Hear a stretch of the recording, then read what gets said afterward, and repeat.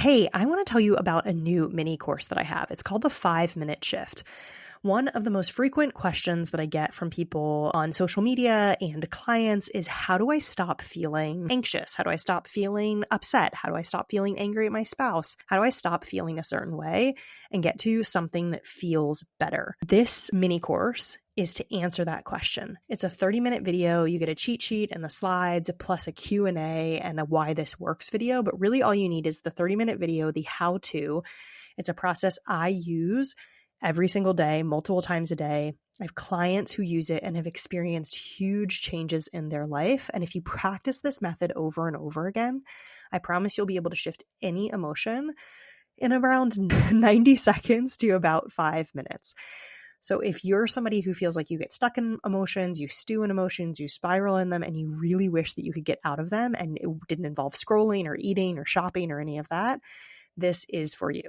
It's $29. There's a link in the show notes, and I hope you enjoy it. Welcome back to Calmer Conversations, the podcast where you learn how to help your brain become a calmer place to be so that it's easier to feel exactly how you want to feel in your daily life. Whether that's feeling calm and confident, content, or even joyful, or just like you've done enough of the right things at the end of the day, or all of the above.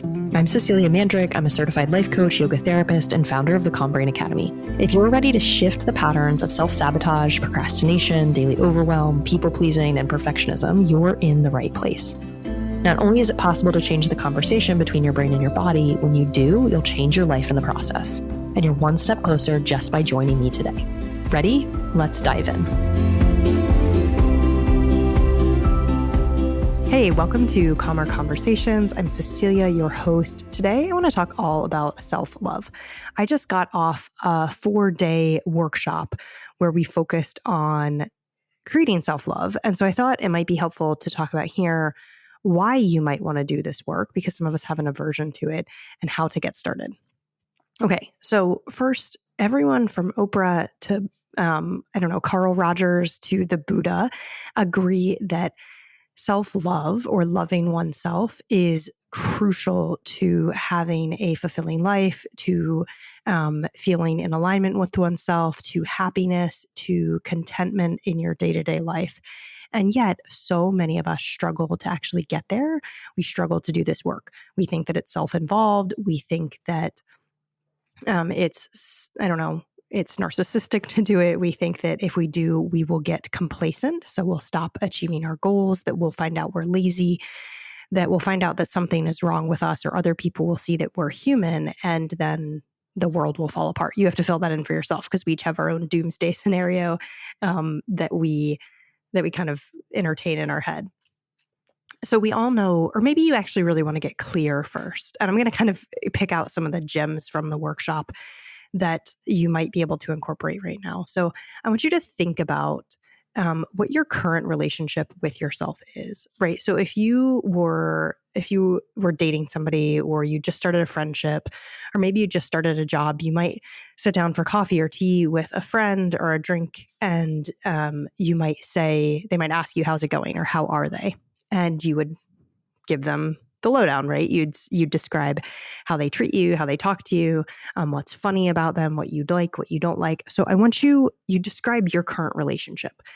When you get started doing this work, I think one of the most important things, whether it's self-love or something else, you have to figure out where you are right now. You have to start where you are, and starting where you are is the place that most of us don't want to do, right? We don't want to go to the yoga class because we feel like we're not flexible enough yet. We don't want to go to the gym because we feel like we're not strong enough yet. We don't want to make that post on social media because we don't think we're polished enough on camera yet.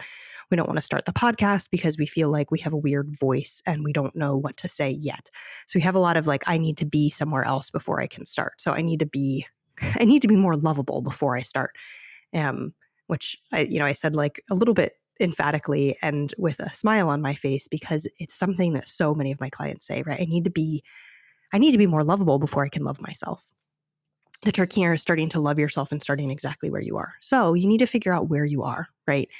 So I guess even before we go into that, I did say I was going to start with why you would want to do this work. And why you want to do this work is kind of what I touched on when I was talking about why you should do this work, right?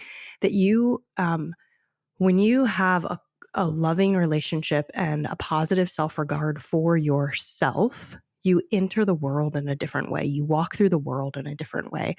Suddenly, what's happening around you and outside of you does not impact what's going on inside of you as much. And what that means is that you get to show up in a much different, often bigger way.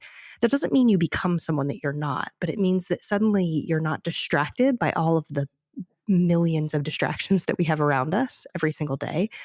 You are more in touch with what's important for you, what you need day to day, and you actually are okay with giving that to yourself. You feel more empowered. You feel that deep sense of contentment. You feel more, you're living in that space of equanimity, right? That kind of unshakableness. And that doesn't mean that you don't feel joy or you don't feel grief.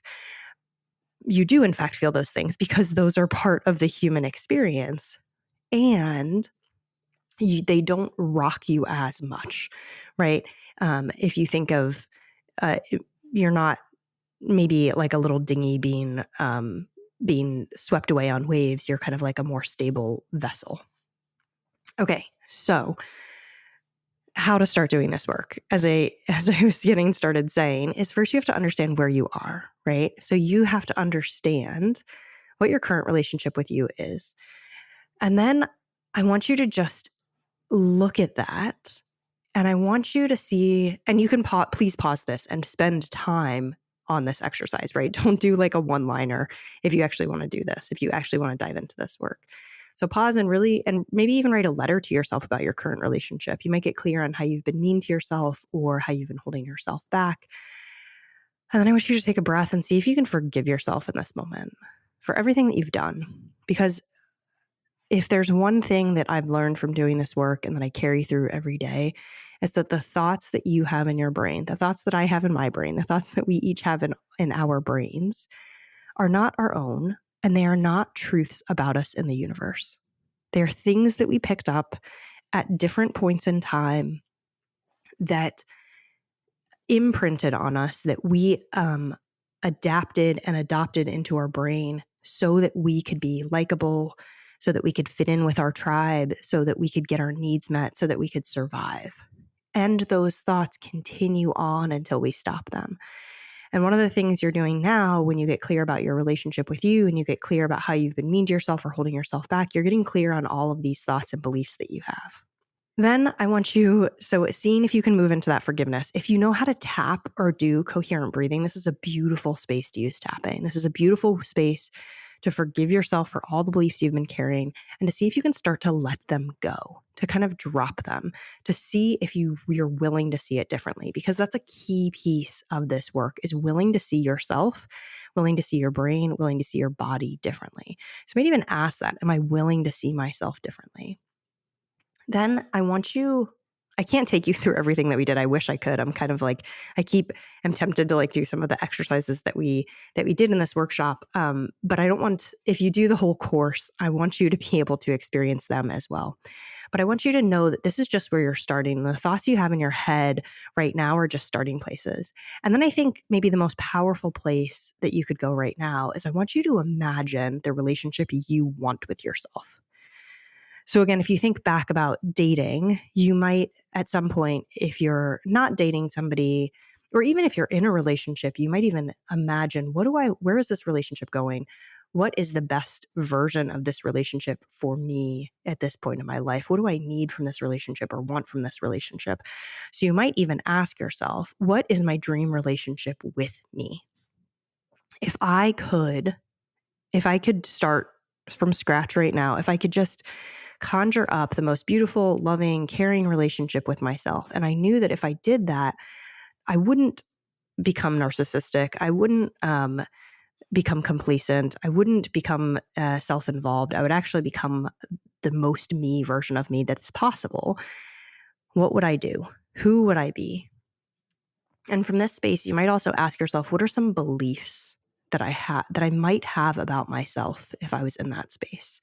So for instance, they might be beliefs like I'm enough as I am. They might be something like I'm proud of where I've come, or I'm proud of where I've come from. I'm proud of where I'm going. So seeing if you can start to cultivate some of these beliefs that might support you in a journey of self-love. And then I want you to do one more exercise before we get off of this if you want to start doing this work, and then we'll talk a little bit more about the implications. As I want you to ask right now from where I am. So you know where you're starting, you know where you're going, but then we're going to come back sort of to the now. What's one thing you like about yourself or are proud of right now? What's one positive characteristic that you think you have? So that you can start to see some love for yourself.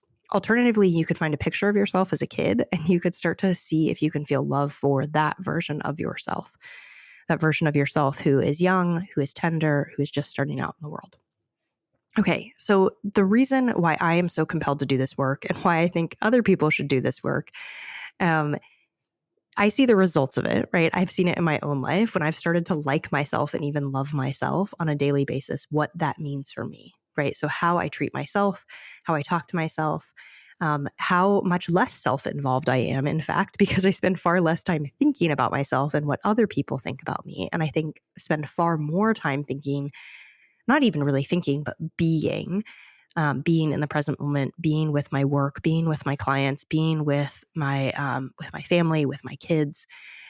And that, I think, is where life is. And that's usually what most people who come to me and why you might be listening to this, right? They want to feel a sense of ease in their life or a sense of presence in their life, a calmness in their brain, right? So that constant chatter that's in your brain kind of slows down to the point where all of a sudden you can be there in the moment. You can be with the sunshine. You can be with your kid talking to them or with your friend talking to them and not worried about what somebody might be thinking about your hair or how they're judging you because they must know that you didn't work out today. Instead, you're there and you're listening and you're part of life around you. And you're also able to really touch into your own values and what you want to bring into the world, which might be very important to you in this moment. And so instead of reacting from a place of fear, you're reacting from a place of love.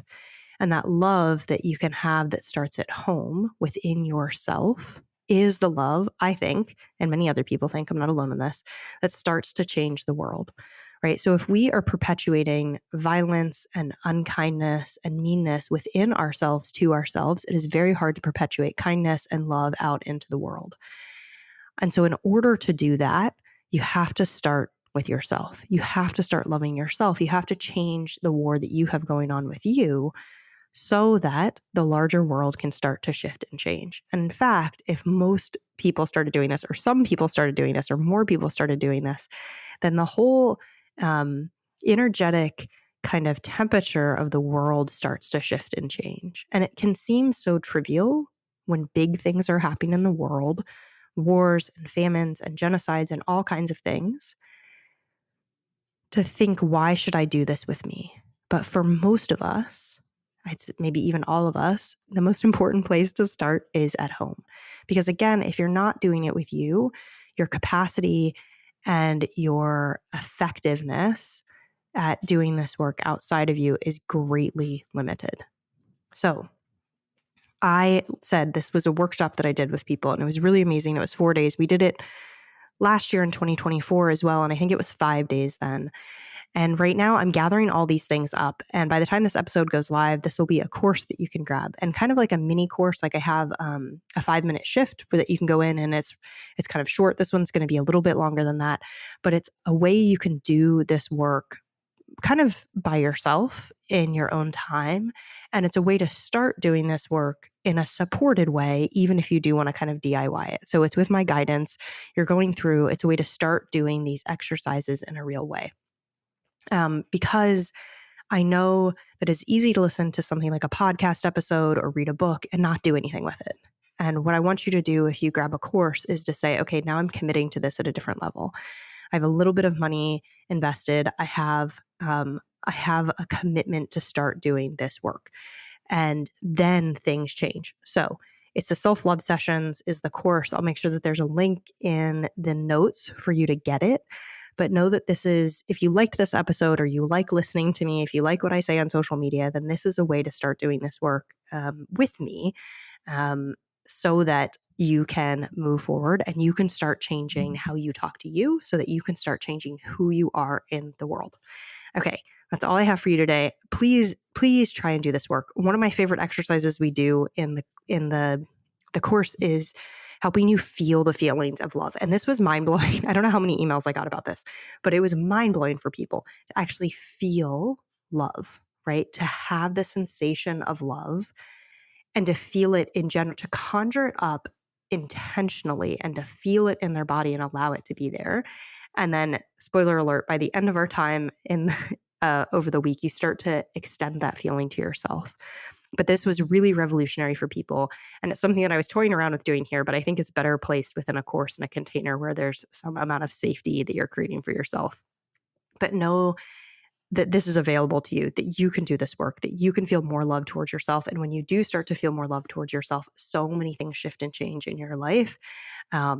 And not only do you not become complacent and self-involved, but you really start to remove all the layers that are preventing you from shining. It's kind of like a really nice car wash at the end of the winter. Okay, it was lovely to be with you today. I will see you next week. Thanks for tuning into this episode of Calmer Conversations. Take what you learned today and use it in your life. Even if it feels a little awkward or clumsy at first, remember these are practices and that real change comes from implementation. Then send me a message over on Instagram or TikTok and let me know what worked or didn't work. If you want to dig deeper into something from today's episode, all of the resources can be found at the link below in the show notes. If you liked this episode, there's a great chance that you'll love working with me. Join my monthly coaching community by visiting me on Instagram or my website, www.ceciliabmandrick.com. Don't forget to subscribe to the show wherever you listen to podcasts, and I'll see you back here next Thursday.